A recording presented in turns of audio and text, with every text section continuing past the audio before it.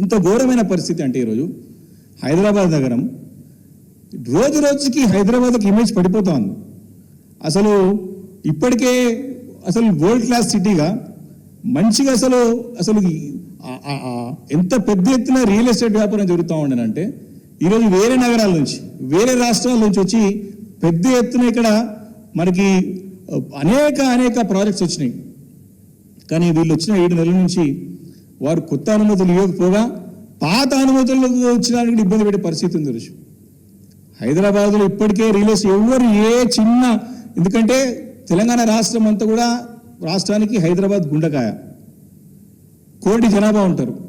ఇక్కడ నుంచే చాలామంది ఇక్కడ గ్రామాల్లో చుట్టుపక్కల ఇక్కడనే కాక వేరే నగరాల నుంచి వేరే రాష్ట్రాలు వచ్చి ఇక్కడ వ్యాపారాలు చేసుకుంటూ తమ రోజువారీ యొక్క కార్యక్రమాలు జరుపుతూ ఉంటారు. కానీ ఈరోజు పరిస్థితి ఏంది? ఈరోజు హైదరాబాద్ గ్రేటర్ రింగ్ రోడ్లో పడినటువంటి ఏ చిన్న గ్రామంలో వెళ్ళినా, ఏ చిన్న ప్రాంతంలో వెళ్ళినా, ఈరోజు హైదరాబాద్ నగరమే కాదు తెలంగాణ రాష్ట్ర వ్యాప్తంగా ఏ జిల్లా హెడ్ క్వార్టర్ పోయినా, ఏ మున్సిపాలిటీ పోయినా ఈరోజు ఏమి కొనుగోలు లేవు, అమ్మకాలు లేవు, చాలా అట్లా తటస్థంగా ఉండిపోయినది. అంటే ప్రభుత్వం ఎందుకు దీన్ని ఇంకా కూడా మన టైంపాస్ చేయబోతుంది, ఎందుకు దీన్ని విస్మరిస్తుందో అర్థం కాని పరిస్థితి ఉంది ఈరోజు. చాలా అంటే చాలా బాధాకరమైన విషయం. ఎంత బాధ అంటే అసలు ఏం ట్రాన్సాక్షన్స్ లేవు, ఏం లేవు, చాలా అంటే చాలా ఇబ్బంది పడుతూ ఉన్నారు. దానిపైన మరి అనుమతులు ఇవ్వకుండా కూడా ఇబ్బంది, పాత అనుమతులకు మరి ఆక్యుపెన్సీ సర్టిఫికెట్లు ఇవ్వకుండా వారిని ఇబ్బంది పెట్టే పరిస్థితి. కాబట్టి రియల్ ఎస్టేట్ ఘోరంగా పడిపోయి ఈరోజు చాలా ఇబ్బంది పడుతూ ఉన్నారు. హైదరాబాద్ ఖ్యాతి అంతా కూడా మరి పడిపోతూ ఉంది రోజు రోజుకి. మరి ముఖ్యమంత్రి గారేమో మా పాలన బాగుంది, చాలా బాగుంది అనుకుంటా ఉన్నారు. ఒక్కసారి నేను ముఖ్యమంత్రి గారిని కోరుతా ఉన్నా, వారు తెలుసుకోవాలి వాస్తవాలు, గ్రౌండ్ రియాలిటీ తెలుసుకోవాలా. మీ ఇంటెలిజెన్స్ పెట్టుకొని తెలుసుకుంటారా, మీ సీక్రెట్ ఏజెన్స్ పెట్టి తెలుసుకుంటారా, లేక మీకు ఉన్నటువంటి పరిచయాల ద్వారా, మీకు ఉన్నటువంటి స్నేహితుల ద్వారా పోయి తెలుసుకుంటారా? లేకపోతే నా రిక్వెస్ట్ ఏంటంటే మీరు మారు వేషంలో పోయి, నా రిక్వెస్ట్ మీరు, ఎందుకంటే హైదరాబాద్ నగరం రోజు రోజుకి ఇట్లా వ్యాపారం పడిపోయి ఇబ్బంది పడే పరిస్థితి. హైదరాబాద్ కానీ తెలంగాణ రాష్ట్రంలో అనేక గ్రామీణ వాతావరణం ఇదే పరిస్థితి. తిట్టుకుంటున్నారు ప్రభుత్వాన్ని.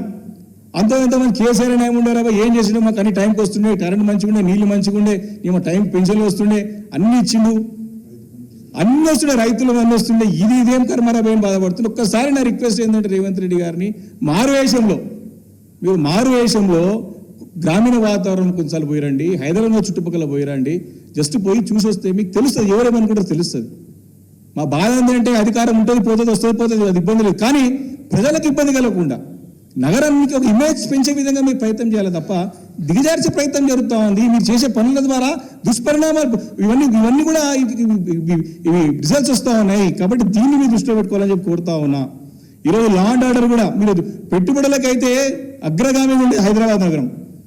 అప్పుడు ప్రతి నెల ఒక కొత్త కంపెనీ వస్తూ ఉండే, ప్రతి నెల కొత్త ఇన్వెస్ట్మెంట్ వస్తూ ఉండే, రేజింగ్ ఉంటుండే, మార్కెట్ అంతా కూడా సూపర్ మార్కెట్ ఉంటుండే. అసలు ప్రతి ఒక్కరు కూడా అప్రిషియేట్ చేస్తూ ఉండే. ఏ నగరం అయినా Hyderabad is doing best city. ఎన్నో అవార్డులు అందుకున్నాం. 7-8 నెలల నుంచి ఏమైంది? అసలు అధికారం మారిపోగానే ఎట్లుంటుందా? మన బెస్ట్ ఎగ్జాంపుల్ మనం బెంగళూరు తీసుకోవాలి. ఎవరే పార్టీ అధికారం ఉన్నా గ్రాడ్యువల్ గ్రోత్ ఉంటుంది, ఫస్ట్ క్లాస్ మంచి అడ్మినిస్ట్రేషన్ నడుస్తుంది అక్కడ అంతా కూడా, ముంబై నగరం. కానీ మనకేమైంది ఇక్కడ? కాబట్టి ఇది చాలా అంటే చాలా ఆలోచన చేయాల్సిన విషయం. నేను ముఖ్యమంత్రి గారిని నేను దయచేసి కొడుతా ఉన్నా, ఈరోజు పెట్టుబడులు వస్తలేవు, మీ రియల్ ఎస్టేట్ పడిపోయింది, లా అండ్ ఆర్డర్ సంగతి ఒక్కసారి మీరు సమీక్షించండి. మీ అన్ని శాఖలు మీ దగ్గర ఉన్నాయి, హోమ్ మీ దగ్గర ఉంది, ఎంఓడి మీ దగ్గర ఉన్నది. సో సమీక్షించండి, తెలుసుకోండి, దాన్ని సరిగ్గా ప్రయత్నం చేయండి. అంతే తప్ప నా పాలన మంచిగా ఉన్నదని చెప్పేసి కండువాలు వేసుకుంటూ పోతున్నది కరెక్ట్ కాదు ముఖ్యమంత్రి గారిది. నేను చెప్తున్నా, కలిసి పనిచేసేటువంటి ఒక ఆ సాన్నిధ్యంతో చెప్తా ఉన్నాను. మీరు వాస్తవాలు తెలుసుకోండి. మీరు నిన్న స్టేట్మెంట్ ఇచ్చాను, మా పరిపాలన బాగుందని చెప్పేసి అందరూ ఎమ్మెల్యేస్ ఎవరిని పరిపాలన బాగుంది వస్తలేరు. ఆడ పని చదువుతూనే వస్తుంది మీ దగ్గరికి, పని అవుతుందని వస్తలేరు. పని అయితే నేను స్టేట్మెంట్ విషయంలో మా సహచర శాసనసభ్యుడి, అరే మా 7 నెలల నుంచి పని అయితే లేదు, మొత్తం కుంటుపడ్డది కాబట్టి పోతే పని అయితే పోతున్నా అని చెప్పి స్టేట్మెంట్ విషయం. మీరేమో నిన్న సభల బ్రహ్మాండంగా పరిపాలన సాగుతున్నది, బాబు అందరూ వస్తున్నారు నా దగ్గరికి అని చెప్తా ఉన్నారు. కాదు, మీరు కిందికి రావాలి. ముఖ్యమంత్రి మీరు ఆ స్థాయి నుండి వాస్తవాలు, గ్రౌండ్ రియాలిటీ మీరు విస్మరిస్తున్నారు, తెలుసుకోవాలా. ఈ ఒకటే విషయం కాదు, అనేక విషయాల పట్ల మీరు అధికారం వచ్చి 8 నెలలకే మీరు ఆ మత్తులో పడిపోయినారు. వాస్తవాలు గ్రహించే పరిస్థితులు లేరు, వాస్తవాలు తెలుసుకోవాలని చెప్పేసి నేను సందర్భంగా కోరుతా ఉన్నాను. కాబట్టి నేను చాలా స్పష్టంగా ఏదైతే ఈరోజు ఉన్నదో స్టేట్మెంట్ ఏదైతే ఉందో హైడ్రా అనేది కాన్సెప్ట్ తీసుకొచ్చి 3 కార్పొరేషన్ చేస్తున్నారో మేము దీన్ని తీవ్రంగా వ్యతిరేకిస్తా ఉన్నాం. గతంలో ఉన్నటువంటి 20 మున్సిపాలిటీలు 7 కార్పొరేషన్లు, హైదరాబాద్ కాక 7 కార్పొరేషన్లు ఉన్నాయి, 33 గ్రామ పంచాయతీలు ఉన్నాయి. వీటికి టైంలో ఎలక్షన్స్ పెట్టండి. 33 గ్రామ పంచాయతీకి అన్ని గ్రామ పంచాయతీలు ఖచ్చితంగా ఎలక్షన్ పెట్టాలి. రేపు జనవరిలో మున్సిపాలిటీస్ యొక్క term 20 municipalities plus 7 corporations term అయిపోతుంది. అన్ని మున్సిపాలిటీస్తో పాటు అన్ని కార్పొరేషన్స్తో పాటు రాష్ట్రంలో ఇక్కడ ఎలక్షన్స్ పెట్టాలి. దీన్ని కాలయాపన చేసే పని పెట్టకండి, టైంపాస్ చేసే పని పెట్టకండి. హైదరాబాద్ ప్రజలు ఇప్పటికే మేము గతంలో చాలా కష్టాలు ఎదుర్కొన్నాం, 10 సంవత్సరాలు ఇబ్బంది పడ్డాం 2007 నుంచి 16 వరకు. కాబట్టి మీరు ఈ ప్రయత్నం మానేసి మున్సిపాలిటీస్ని అప్గ్రేడ్ చేసుకుంటూ బలోపేతం చేసుకుంటూ మీరు చేయాలని చెప్పేసి నేను కోరుతా ఉన్నా. దయచేసి మీరు మార్పు అనే మత్తులో పడి పరిపాలనని గాలికి వదిలేకేయండి. మీరు పేరు మారుస్తున్నారు, ఇబ్బంది లేదు, కానీ ఆ పనితీరు కూడా చూడండి. హరితహారాన్ని ఈరోజు వన మహోత్సవం అని పేరు పెట్టినారు, ఓకే, బట్ ఏం జరుగుతుంది అసలు చూసిరా? అసలు ఒక్కసారి ప్రతి పేరు రైతు బంధుని రైతు భరోసా చెప్పి పడ్డదా పైసలు? అసలు ఏమన్నా ఒక్కటిగా స్కీమ్స్ పక్క రాష్ట్రంలో